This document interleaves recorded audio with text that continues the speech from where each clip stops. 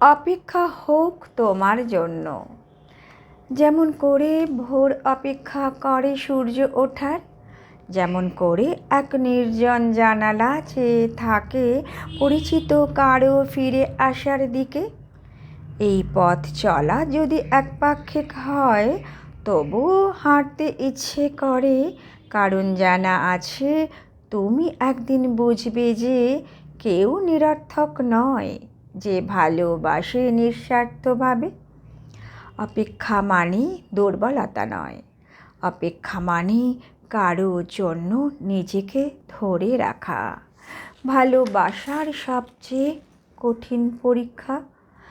তাই এই সময়, এই থেমে থাকা হোক কেবল তোমার জন্য। হোক এমন এক অধ্যায় যেখানে প্রতিটি ক্ষণ তোমাকে পাওয়ার আশায় গাঁথা থাকে।